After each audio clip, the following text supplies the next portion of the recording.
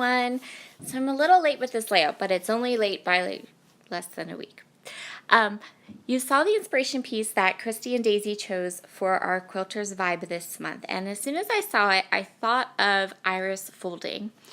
Iris folding is a card making technique, but we are going to go ahead and we are going to alter it to suit us and use it for elements on our scrapbook layout.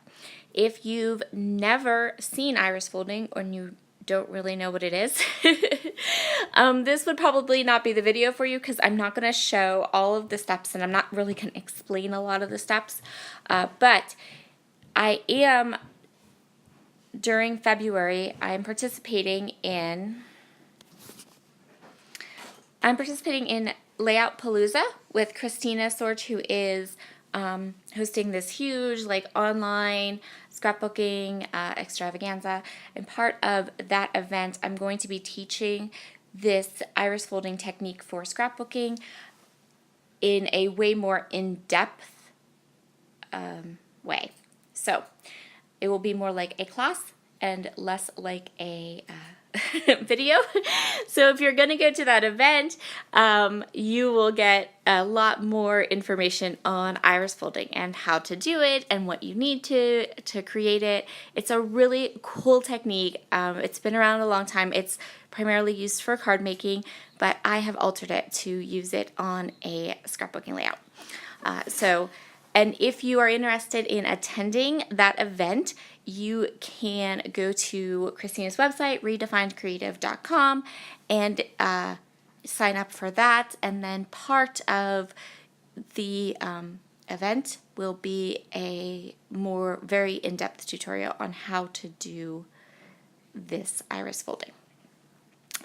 So what I'm doing here is I'm creating two rectangular elements for my scrapbook page. And you'll see immediately what inspiration I took from that quilt. Those quilt blocks had Disney princesses in the middle, but on the outside, that design resembled iris folding to me. It was the first thing I thought of. So I decided to create some little elements for my page, and then we're going to make a grid design layout. So what I'm doing here is I'm just going to ink up the edges, and I'm going to embellish them just a little bit. You can see here that I have made two, so that's the second one. And all of these paper strips, we are going to use them. So all I'm doing is I'm just snipping off the edges that aren't straight and making them straight-ish. And I'm going to go ahead and we are going to use all these little scraps on our layout. So what I'm doing here is I'm just going through the Amy Tangerine Shine On Sticker book. All the products I'm using for today's layout are from the November Clique kit. This is the Seneca Falls kit. I've been using it a lot for a lot of videos in November, but this is my last video. This is the last project that I created for this. If you're interested in seeing how Daisy and Christy interpreted the quilt inspiration for this month, you can head over to their channels. My video is quite late and should have been up this past Thursday or Friday, and I'm not getting stuff on time finished these days. If you watched my video before with the cards, I was talking about how I'm caring for my grandmother, and she's continuing to decline. And so videos are going to be few and far between for a while. For example, I did this way ahead, and then I haven't gotten the time to voice over it until this morning. So yeah, it's gonna be a little bit of a drought time on my channel. I have very, very little time to scrapbook right now. I think I'm getting I maybe have 5 or 10 minutes. Maybe a precious half hour in the evenings, and that's about it. So, but like I said, please bear with me, and I have collected so many products for a 3,000 subscriber giveaway. So even though I haven't posted a video almost a week, my subscribers have grown, which I think to me is crazy. So thank you so much to everyone who is here. Thank you for sticking along with me on this huge journey. I am hoping that very soon I can do this giveaway, and you guys, it's like the best thing ever. So I just used this aqua paper and matted my photos, and now I use my T-square ruler to make sure that everything is straight and lined up, and I'm just going to do this fun little grid layout. Oh, wait, I didn't pull my T-square ruler out yet. Because I'm doing a grid layout, I need these to be straight. They're going to bug me if they're not. And so, and I know that they're not going to be a grid layout in the traditional sense, because we have some things that are like horizontal and vertical and that kind of thing, but I still felt like this layout was super duper cute. I love how it turned out. So I'm just going to make everything nice and straight, and then I'm going to go ahead and get these down. And then we'll be ready to go. So you can kind of see how pretty those elements, those iris folding elements are. They make a nice place for a title. They make such a fun eye-catching grid layout. I think that's what in scrapbooking, for a scrapbooking technique, I believe that that's where they would excel at, to be a wonderful element for a grid layout.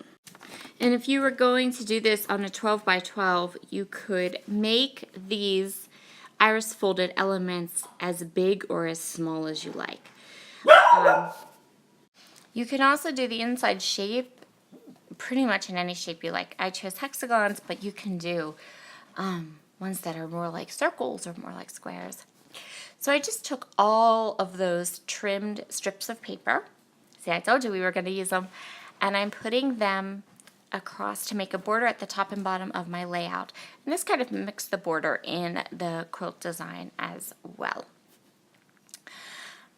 So I'm just, what I did was I put adhesive all across the top, and then I'm just adding them in, and then I'm going to go ahead and flip them over and get them all trimmed off. I'm making sure those ones on the edges are really stuck down, so when I trim them, they don't kind of like fall off and fly everywhere. I've done that. I decide before I trim them that I really need a little bit of like an ending spot for my trim, for my strips of paper. And so I just grabbed one of my washi rings that they kind of hang beside me. So I just grabbed one because I figured I don't need any special washi, and I have so many washi tapes. One of them would have to work on the ring that I just decided to grab. And so I found this nice skinny one that has a really subtle stripe pattern. And so it's not going to add more color to this already very pattern heavy busy page, but it's also going to create a stopping point for your eye, so you know that that's, you know, the border, to trim off the border. So now I'm going to trim off all the edges. And then I grabbed that clear sticker book. I have to say that through the course of using the Seneca Falls kit, that sticker book that came in the Traveler's Notebook kit, I used it and used it and used it. It was just kind of like easy. It was easy for me to use it, so it came naturally.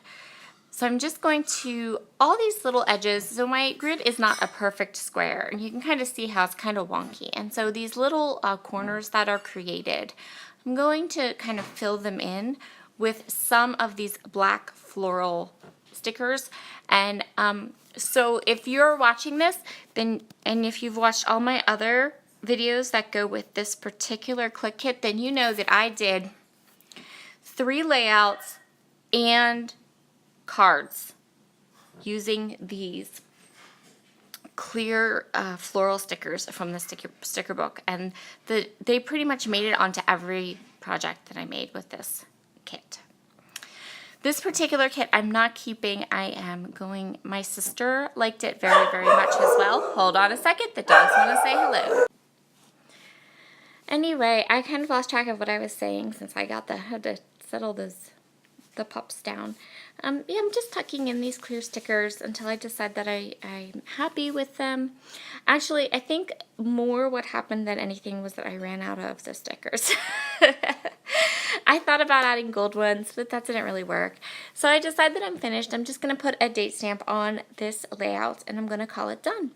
So if you haven't checked out Christy and Daisy's videos yet, be sure to head over to their channel and take a peek and see how they interpreted the quilt for the month of November. And here are some close-ups for you. I hope you all have a wonderful, wonderful Monday, and I will be back again as soon as I can. Bye!